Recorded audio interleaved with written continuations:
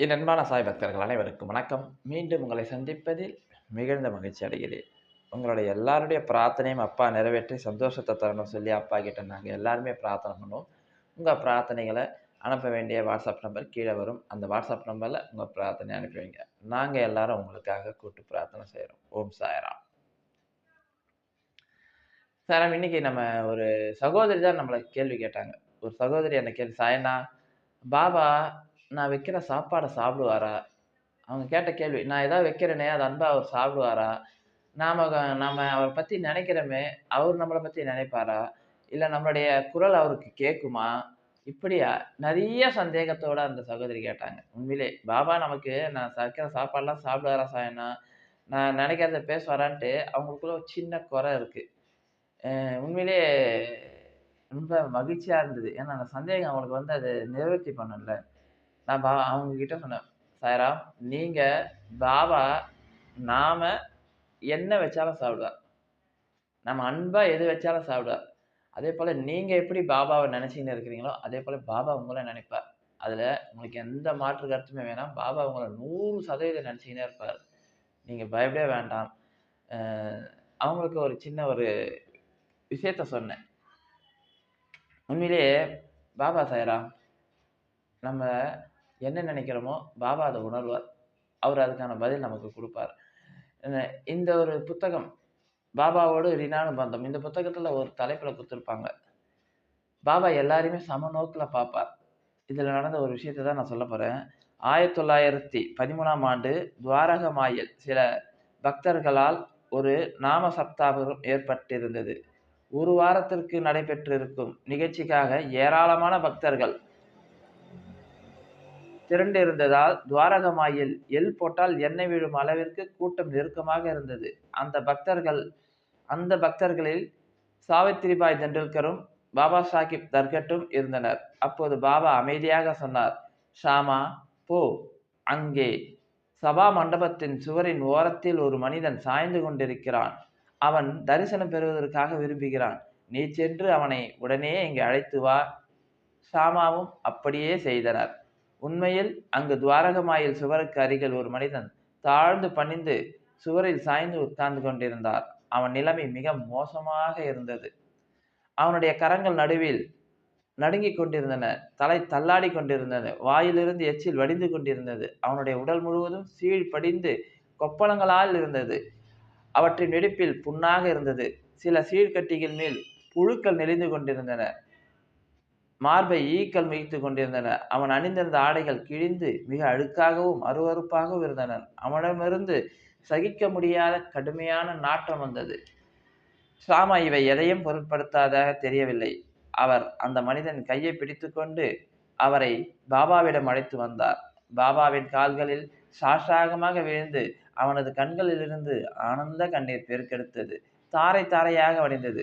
பாபா வரம் நல்கும் தன் திருக்கரங்களால் அவனது தலையின் மீது வைத்து வாஞ்சையோடு, "பாவ், எனக்காக என்ன கொண்டு வந்தாய்?" என்று வினவினார். அந்த கணப்பொழுதில் அவன் பக்தன் மிகுந்த அடைந்த ஆனந்தத்திற்கு எல்லையே இல்லை. மெதுவாகவும் சிரமப்பட்டும் அவன் அழுக்கு துணியிலிருந்து முடிச்சை அவிழ்த்து பிரித்தான். சில பொட்டலத்திற்கு பின் ஒரு சிறிய 2, 3 கற்கண்டு துண்டுகள் மடக்கி வைக்கப்பட்டிருந்தன. அதை தன்னுடைய நடுங்கும் கரங்களால் எடுத்து பாபாவிடம் மிகுந்த பக்தியோடு அளித்தான். பாபா அதற்காகவே ஏங்கியவர் போல் அதை வாங்கி ஒரே மடக்கில் விழுங்கிவிட்டார். பிறகு பாபா அவனுடைய தலை மீது கரங்களை வைத்து ஆசீர்வதித்து நல்கி அவனுக்கு உதியை வழங்கி புறப்பட அனுமதியளித்தார். அந்த மனிதரும் மிகவும் மெதுவாக ஆனால் ஆனந்தமாகவும் துவாரகமாயை விட்டு புறப்பட்டார். அங்கு அமர்ந்து நடந்த நிகழ்ச்சிகளை பார்த்து மக்கள் உண்மையில் வியப்படைந்தனர். இததான் சார் அவங்களுக்கு நான் படிச்சு காமிச்சேன். உண்மையிலே பாபா நாம பார்க்கணும்னு நெனைச்சா போதும். அவர் எதிர்பார்க்கிறது நம்மளோட ஆடம்பரத்தை அல்ல, அழகை அல்ல, தூய பக்தி, தூய அன்பு தான் சாய்ராம். பாபா எதிர்பார்க்கிறது அது மட்டும்தாமே. நாம ஆடம்பரமா இருந்தாலும், பாபா சொல்லல, "என் துவாரகமாயில் அனைவரும் சமம். என் துவாரகமாயில் அனைவரும் சமம். இங்க ஏழை, பணக்காரன், நோயாளி எல்லாருக்குமே நான் என்னுடைய பிள்ளைகளாக தான் நான் பார்ப்பேன். திருடன கூட நான் இங்க ஏற்றுக்கொள்வேன்பாரு." நீ திருட்டு தொழில் செய்றியா? பரவால்ல. நீ என்னுடைய பிள்ளை. உன்னை திருத்துவது என்னுடைய கடமைன்னுவாரு. நான் உன்னிடம் எதிர்பார்ப்பது தூய அன்பு, உண்மையான பக்தி. தொழுநோயாளியை விட கொடுமையாக இருந்த ஒரு சாய் பக்தர், பாபாவுக்கிட்ட நம்ம போய் பார்க்க முடியுமா? பாபாவ நெருங்க முடியுமா? என்று ஏங்கிக் கொண்டிருந்தான் அவன். பாபா அந்த ஏக்கத்த உள்ள புரிஞ்சுக்கினார். அவர் எங்கேயோ உட்கார்ந்திருக்கிறார். இவன் துவாரகமாய்க்குள்ள கூட வரல. அங்க ஓரத்துல உட்கார்ந்திருப்பான். அவனுடைய அந்த உண்மையான பக்தி பாபா அவன கூப்பிடணும் சொல்றாரு. யார்கிட்ட சொன்னா அந்த வேலை நடக்கும் தெரியும். ஷாமா கிட்ட சொல்றாரு. ஷாமா அவன போய் கூப்பிட்டான். ஷாமா பார்க்கும்போது அப்படி ஒரு நாத்தம். அவன பார்க்கும்போது எல்லாம் ஒதுங்கி போவாங்க. அந்த அளவுக்கு ஒரு நாற்றம் பிடிச்சவனோட இருக்கலாம். பாபா கிட்ட. ஷாமா பாபா சொன்ன அந்த ஒரு வார்த்தைக்காக எதையும் பார்க்க மாட்டான். பாபா ஒரு வேலை ஆயிட்டாருன்னா அத கச்சிதமா முடிக்கிறவர் யாருன்னு கேட்டீங்கன்னா ஷாமா. அப்படியே கை தாங்கலாம் தூக்குறாரு. அவன் கையில ரத்தம் வருது. சீழ் வருது. அப்படியே தூக்கின்னு வந்து பாபா கிட்ட நிக்கிறாரு. அந்த ஆள் பாபாவ பார்த்தோன்னே அவ்வளோ பெரிய பெருக்கம். நம்ம பாபாவ பார்த்துட்டேனே! என் இறைவன நான் பார்த்துட்டேனே! எனக்கு எவ்வளோ பெரிய சந்தோஷத்த குடுத்த பாபா சொல்லி அப்படியே மாஞ்சோட கால்ல விழறான். பாபா கைய தொட்டு ஆசீர்வாதம் பண்றார். நான் இருக்கிறேன்டா, நீ ஏன்டா பயப்படுற சொல்லி தொட்டு ஆசீர்வாதம் பண்ணி, எனக்காக நீ என்ன எடுத்துன்னு வந்த? பாபா கேட்கிறாருங்களே, பாவ் எனக்காக நீ என்ன கொண்டு வந்தாய்? பாபா எல்லார்கிட்டயும் கேட்பார். அவன் அப்படியே ஒரு நிமிஷம் ஆடி போயிடுவான். நம்ம குடுத்தா பாபா சாப்பிடுவாரான்னு அவன்கிட்ட எதுவும் இருக்காது. அப்ப என்ன பண்ணுவாரு, உடனே பழைய பேக்க எடுத்து தொறந்து பார்ப்பான். 4, 5 பேப்பர் மடிச்சிருப்பான். திரும்பி பார்த்தா உள்ள 3, 4 கற்கண்டு தான் இருக்கும். பாபா என்கிட்ட இது மட்டும் தான் பாபா. 4ஏ 4 கற்கண்டு துண்டு தான் இருக்கும். பெரிய பெரிய துண்டு. பாபா அதை எதிர்பார்த்து கொண்டிருப்பார். அதான் இது ஒரு நம்ம ஒரு பொருள குடுத்தோனே சந்தோஷமா வாங்கி சாப்பிடுவோம். அந்த அளவுக்கு வாங்கி வாயில போட்டு அப்படியே விழுங்கிட்டு என்ன பார்த்துட்டியா? தரிசனம் பண்ணிட்டியா? உன்னுடைய கர்ம வினைகள்லாம் போயிடும். நீ கவலைப்படாத. இனி நான் உன்னை பார்த்துக் கொள்வேன்னு சொல்லி ஆசீர்வாதம் பண்ணி அனுப்புவார். அவன் எல்லையில்லாத மகிழ்ச்சி. நான் சொர்க்கத்துக்கே போய்விட்டேன் என்ற மகிழ்ச்சியோடு அவன் வெளியே போவான் சாயங்காலம். பாபா முன்னாடி எல்லாரும் சமம். நான் உட்பட. ஏதோ பாபா என்ன மட்டும் தான் ஆசீர்வதிப்பார்ன்னு யாரும் நினைக்காதீங்க. தயவு செய்து அந்த எண்ணத்த நீங்க மாத்தணும். நீங்க 1 மணி நேரம் உண்மையான அன்போட உட்காருங்களேன். என்ன விட நீங்க நெறைய ஆசீர்வதிக்கப்பட்டவங்களா இருப்பீங்க. உண்மையிலேயே பாபாவோட அந்த தொடர்பு உங்க கூட நெறைய இருக்கும்.